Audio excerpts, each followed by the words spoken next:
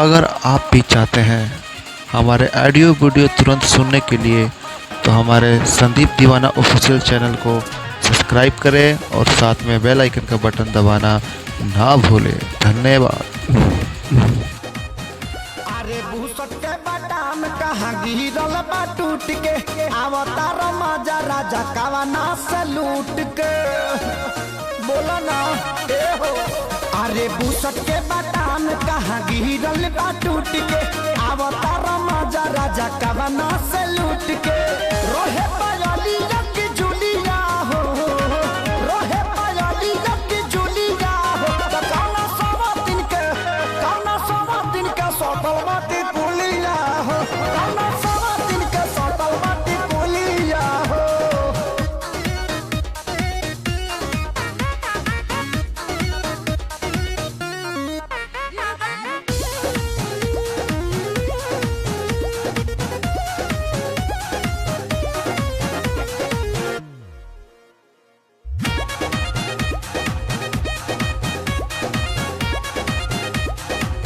अरे कौन खुशी मिलता बे वो कदा में जे चलो न चटू बे वो ही पोखरा में अरे कौन खुशी मिलता बे वो कदा में जे चलो न चटू बे वो ही पोखरा में हमारा से कबो ना सवाद लेला हो खेतवा में हमारा ना खाद देला हो लागे मोटरा मरले बिया लुलिया हो लागे मोटरा मरले बिया लुलिया हो तो कौना सवा दिन के सटल बाटी पुलिया हो कौना सवा दिन के सटल बाटी पुलिया हो।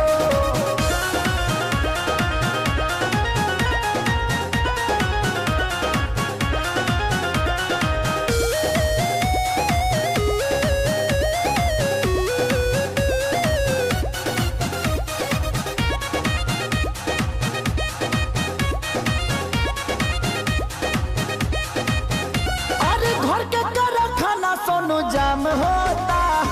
पवन यादव राज के ने काम होता अरे घर के कर खाना सोनू जाम होता